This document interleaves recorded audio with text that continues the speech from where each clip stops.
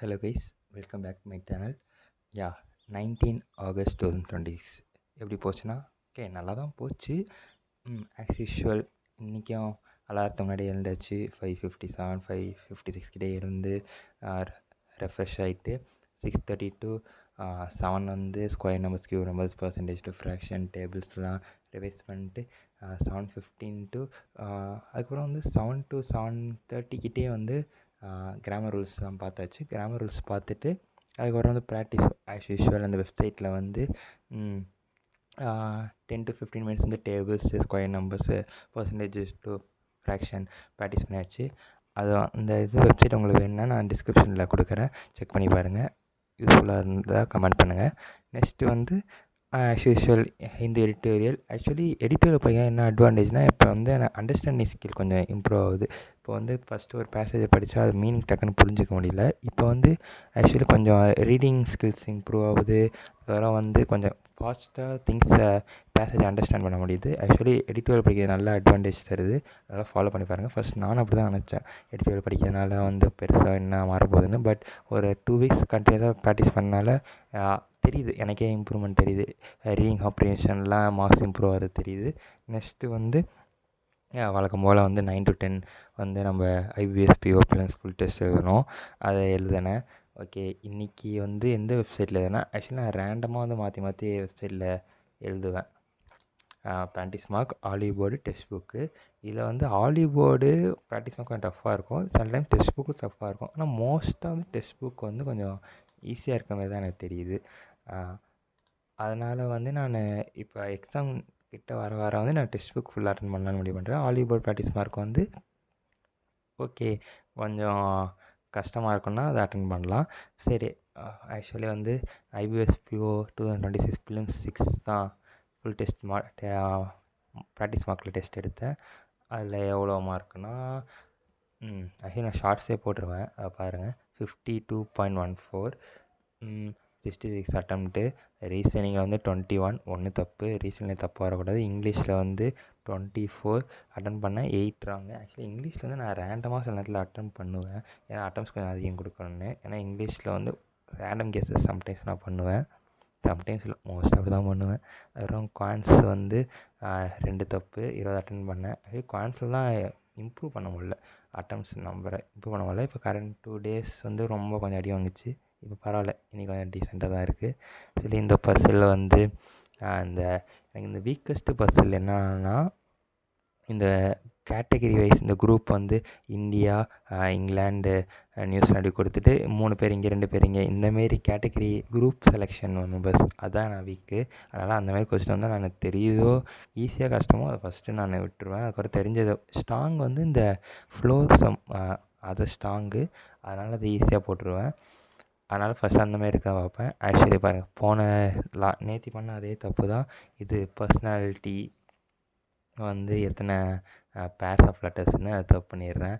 மோர் தென் 6, நான் 16 போட்டேன், ஏதோ ஒன்று மிஸ் பண்ணிட்டேன். அதுக்கப்புறம் வந்து இது வந்து சீட்டிங் அரேஞ்ச்மெண்ட்டு, எக்ஸான் இது போட்டாச்சு. டைமும் எவ்வளோ 1:37, 2 minutes கிட்டே போட்டுட்டேன். ஆனால் டாப்பர் டைமோட கம்மியாக தான் இருக்குது, சரி டைம் அதிகமாக தான் இருக்குது. அதுக்கப்புறம் இது பாருங்கள், இது வந்து டீகோடிங், கோடட் வேர்ட்ஸு அதெல்லாம் போட்டாச்சு. எங்கே விட்டேன், இன்னொரு பஸ்ஸில் விட்டேன். ஆக்சுவலி இந்த பஸ்ஸில் அதுக்கப்புறம் நான் போட்டு பார்த்தேன், ஈஸியாக தான் இருந்துச்சு. பட் டைம் ப்ரெஷரில் நான் விட்டேன். ஆக்சுவலி இந்த பஸ்ஸில் நான் சால்வ் பண்ண ட்ரை பண்ணதுக்கு இந்த பஸ்ஸில் சால்வ் பண்ணிருக்கலாம், கொஞ்சம் ஈஸியாக இருந்திருக்கும். நெக்ஸ்ட்டு வந்து இதெல்லாம் ஈஸி தான், டக்குன்னு போட்டாச்சு. இந்த ஃப்ளோர் பேர்லாம் வந்து டக்குன்னு ஈஸியாக போட்டுருவேன். டைம் எவ்வளோ 73 செகண்ட்ஸ், டாப்பர் 44 செகண்ட்லேயே போட்டுருக்கான். Okay, not bad. போட்டாச்சு. அதுக்கப்புறம் கடைசி இன்னொரு பஸ்ஸில் விட்டுருப்பேன் நினைக்கிறேன். இந்த பஸ்ஸில் சர்க்குலர் அரேஞ்ச்மெண்ட், இதுவும் வந்து அதுக்கப்புறம் சால்வ் பண்ணி பார்த்தேன். எல்லாத்தையும் நான் ஆக்சுவலி டெஸ்ட்டு முடிச்சுட்டு எல்லா பஸ்லேயும் சால்வ் பண்ணி பார்த்துருவேன். இங்கிலீஷ் வந்து ராங்கானது கரெக்டானது எல்லாத்தையும் ஒரு தடவை கோத்ரூ பண்ணுறேன். மேக்ஸ் வந்து எல்லாத்தையும் கான்செப்ட் போட்டு பார்த்துருவேன். ரீசனிங் அவ்வளோதான். நெக்ஸ்ட்டு இங்கிலீஷ்லலாம் பயங்கரமாக அடி வாங்கியிருக்கோம் வழக்கம் போல். இது வந்து மீனிங் என்னன்னே தெரியல. பிஹேஸ்ட்னா இது நான் என்ன போட்டேன், பிஹாஃப்னு போட்டேன். ஏன்னா அது மட்டும் தான் மீனிங் தெரிஞ்சு. பிஹெஸ்ட்டு வந்து மீனிங் பிஹெஸ்ட்னா to of someone to order of request of someone. ஒருத்தவங்க ரெக்வஸ்ட்டுக்காக நம்ம ஏதோ பண்ணுறோம், அதான் பிஹெஸ்ட் தான். ஓகே, புது வேர்டு தெரிஞ்சிச்சு. அதுக்கப்புறம் கிராமர் இதெல்லாம் வந்து எரர் ஸ்பாட்டிங் கொஞ்சம் வீக் தான். கிராமர் ரூல்ஸ் நல்லா படிக்கணும், படிச்சுட்ருக்கேன், இம்ப்ரூவ் பண்ணிருவேன். அதுக்கப்புறம் வந்து ஸ்டன்னிங் அப்பிள் மீனிங் வந்து டக்குன்னு மறந்து போச்சு. அப்பிள்னால் வந்து நான் அழகாக இருக்குன்னு நினச்சிட்டேன். பார்த்தா அப்பிள் மீனிங் வந்து என்னது இப்போயும் வந்துட்டேனே. என்ஆஃப் ஃபார்மோட என்ஆஃப். என்ஆஃப் தான் அப்பிள் மீனிங். ஓகே, நான் வச்சுப்போம். ஸ்டன்னிங். அதுக்கப்புறம் இது பேரா ஜம்பிளில் வந்து ஒரு 2 இது மட்டும் தப்பாயிடுச்சு. இன்னும் வந்து நான் வந்து இஏசி எஃப்பி போட்டேன். 2 மட்டும் மாற்றி போட்டாச்சு. லாஸ்ட் ஒன் வந்து பாருங்க, இது 2 தப்பாயிடுச்சு. இன்னும் பேரா ஜம்பிளில் கான்சன்ட்ரேட் பண்ணணும். நெக்ஸ்ட்டு வந்து எரர் ஸ்பாட்டிங்லாம் விட்டுருவேன். மோஸ்ட்டாக வந்தால் ரொம்ப ஈஸியாக இருந்தால் மட்டும் தான் அட்டன் பண்ணுவேன். ஆர்சியில் எத்தனை தப்பு? 1 தப்பு. இதில் வந்து ஃபில்லர்ஸு லான்ச்சபிள் நான் ப்ரைஸ் ஒர்த்தியான் நான் நியூ வேர்ட்ஸ் தான். அதுக்கப்புறம் வந்து இதில் போட்டேன். இதில் வந்து நான் இதில் என்ன தப்பு பண்ணேன்? ட்ரீட்மெண்ட் ஆஃப் ட்ரீட்மெண்ட்டு வெர்ஷன் ஏடி நான் என்ன போட்டிருக்கேன்?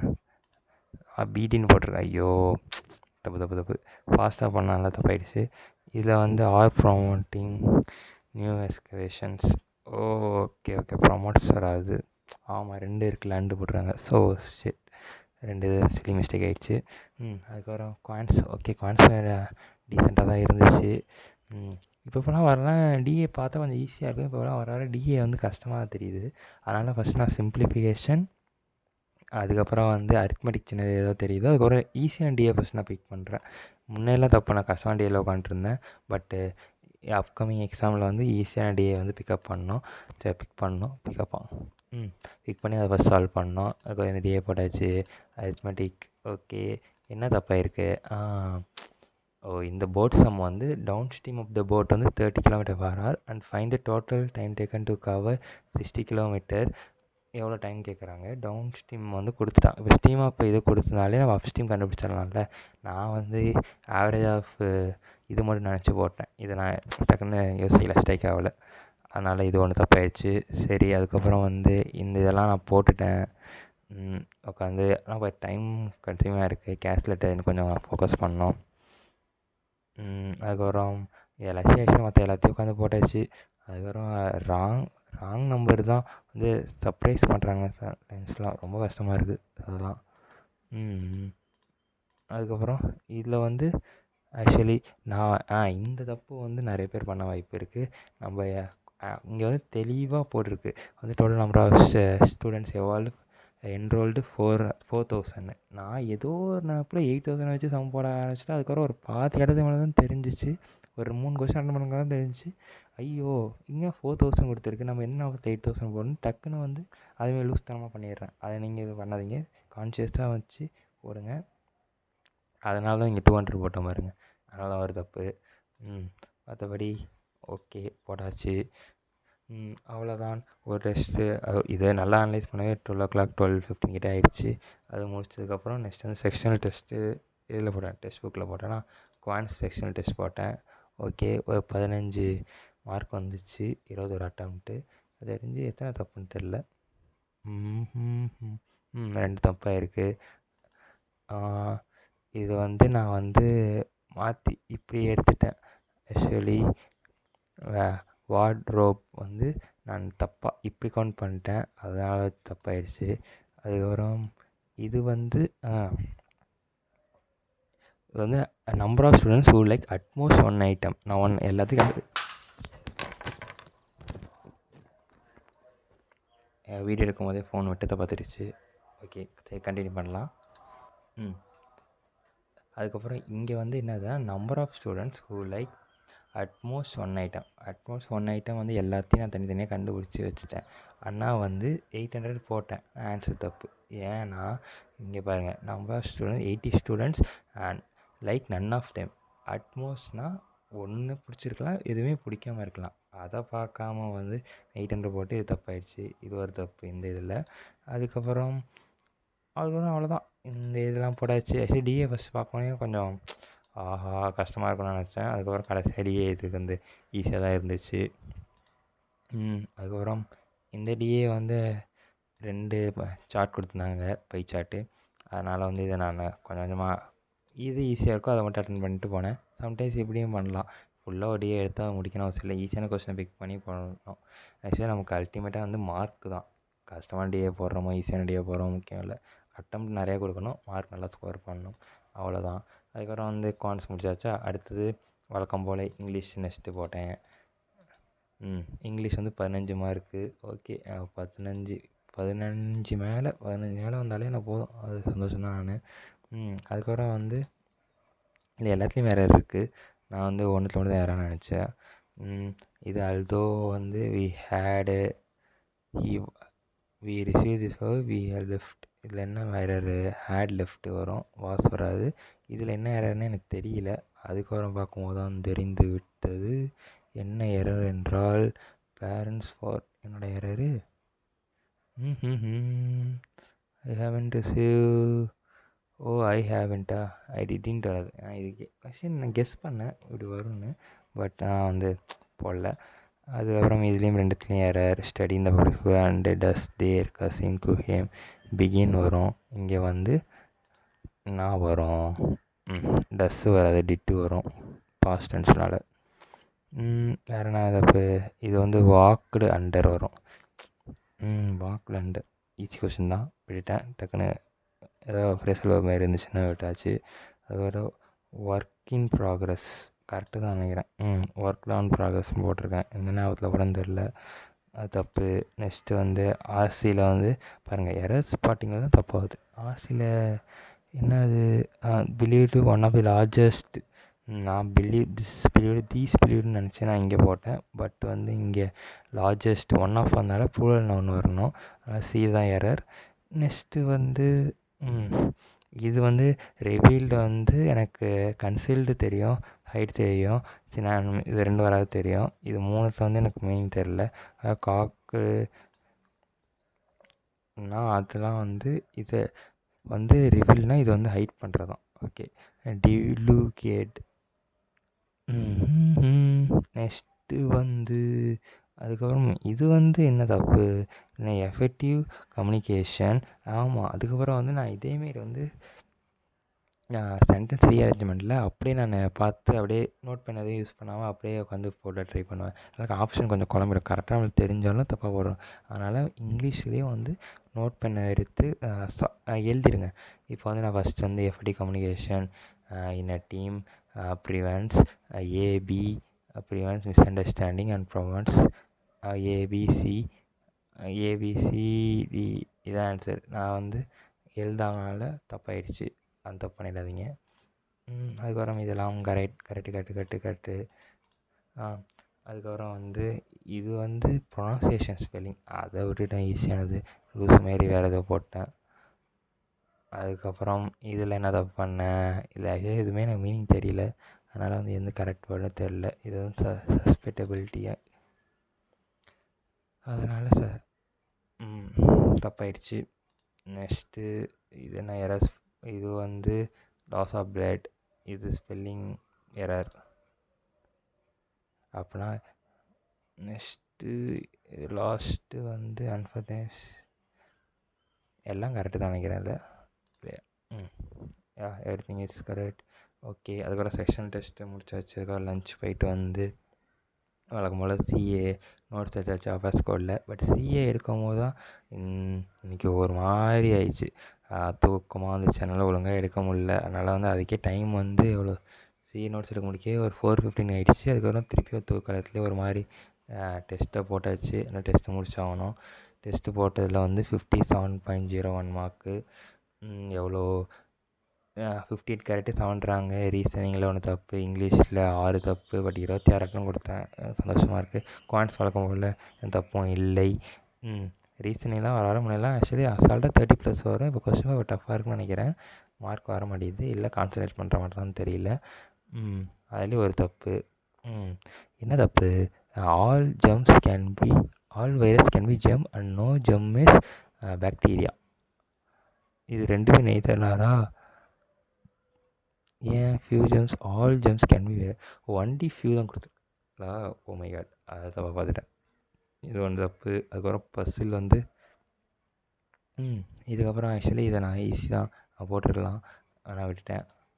இது கஷ்டமாக நினச்சி விட்டேன். அப்போ வேறு எங்கேயும் டைம் அதிகம் ஸ்பெண்ட் பண்ணிருக்கேன். இது வந்து ஆக்சுவலி போட்டு முடிக்கிறதுக்காட்டியும் வந்து டைம் அப் ஆயிடுச்சு. இதை லாஸ்ட்டாக போட்டேன். இதை 24 செகண்ட்ஸ் சால்வ் பண்ணியிருக்கேன். இதுவும் ஆக்சுவலி ஈஸி தான், போட்டிருக்கலாம். கொஸ்டின் அதை தப்பாக புரிஞ்சுக்கிட்டேன். 12 members sitting in linear row from the east to west. ஈஸ்ட்லேருந்து வெஸ்ட்டு பார்க்குறாங்க. 3 பேர் நார்த்து, அதுக்கப்புறம் சவுத்து அப்படி உட்காடுறாங்க.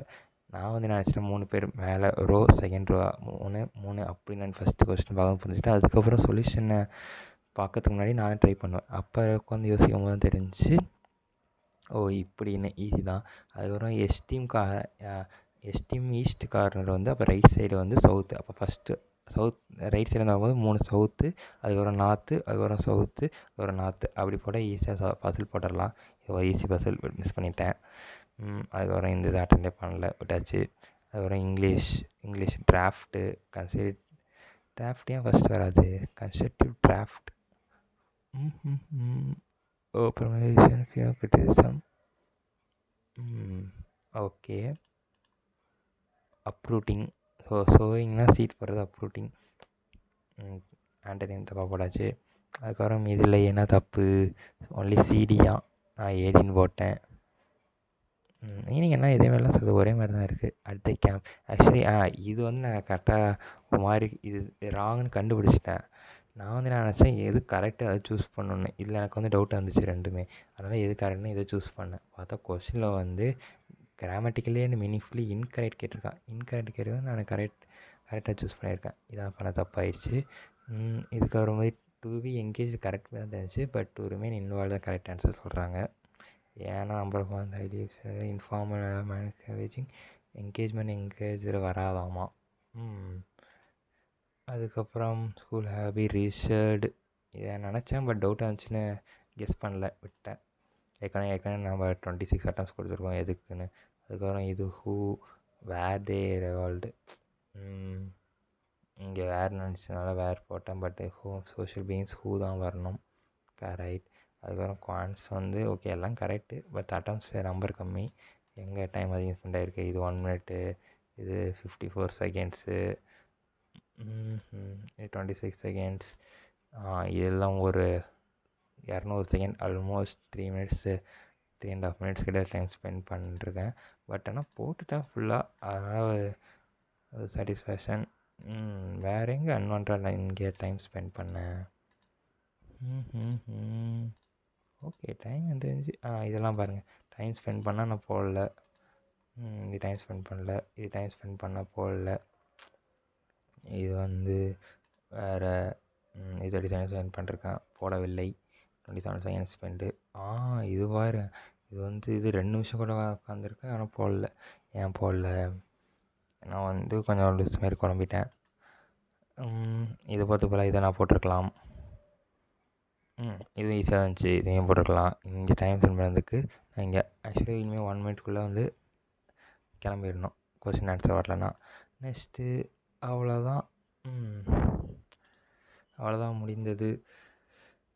செகண்ட் ஃபுல் டெஸ்ட்டும் பார்த்து அனலைஸ் பண்ணியாச்சு. அதை அனலைஸ் பண்ணுறதுக்கு முன்னாடி இப்போ ஈவினிங் வந்து 6 ஓ கிளாக் ஆகிடுச்சு.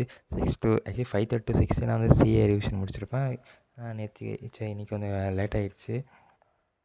லேட் ஆனது வந்து 19 to 24 ஜூலை வந்து சிஏ ரிவிஷன் 6:30 6:40 கிட்ட முடிச்சுட்டு இதை அனலைஸ் பண்ண டைம் ஆகிடுச்சு. அதுக்கப்புறம் இங்கிலீஷ் வீடியோ ஒரு 10 to 15 மினிட்ஸ் தான் ரீனா மேம் வீடியோ பார்த்துட்டு அதுக்கப்புறம் வந்து நைட்டு வேணால் வொக்காபுலரி படிக்க முடியல. ஏன்டா அது பிடிக்காத விஷயம் நைட்டு பண்ணவே முடியல. அதாவது எரிச்சலாக இருந்துச்சு. கொஞ்ச நேரம் தான் படித்தேன், ஒரு 10 மினிட்ஸ் தான் படித்தேன். அதனால் இனிமேல் நான் பிளான் வந்து வொக்காபுலரி காலைல படிச்சுட்டு, எனக்கு மேக்ஸ் பிடிக்கும், அதனால் வந்து இந்த கால்குலேஷனுக்கு வந்து நைட்டு ப்ராக்டிஸ் பண்ணலான்னு முடிவு பண்ணிருக்கேன். அவ்வளோதான். டே எல்லாம் வென் குட். ஃபஸ்ட்டு என்ன பண்ணேன், morning calculus improvement, grammar rules, editorial முடிச்சாச்சு. First test, sectional test, CA notes, second test, CA revision, அதுக்கப்புறம் அனலைஸ் பண்ணி வீடியோ ஓரளவுக்கு பார்த்தாச்சு. அதுக்கப்புறம் இது வந்து ஓரளவுக்கு ஓகே வொக்காபுலரி ஓரளவுக்கு டச் பண்ணேன். அதனால் ஓகே அவ்வளோதான். டே வென்ட் குட் தான். ஓகே ஸ்கோரும் ஓரளவுக்கு டீசெண்டாக தான் இருந்துச்சு. மைண்டும் கொஞ்சம் கிளியராக தான் இருந்துச்சு. ஒரு மாதிரி கன்ஃபியூஸாக இல்லை, டயர்டாலாம் இல்லை. பட் சிஏ நோட்ஸ் எடுக்கும்போது ரொம்ப டயர்டாக இருந்துச்சு. மற்றபடி எல்லாம் குட். அவ்வளோதான். ஓகே நாளைக்கு இன்னொரு வீடியோவில் பார்க்கலாம். ஓகே பாய் பாய்.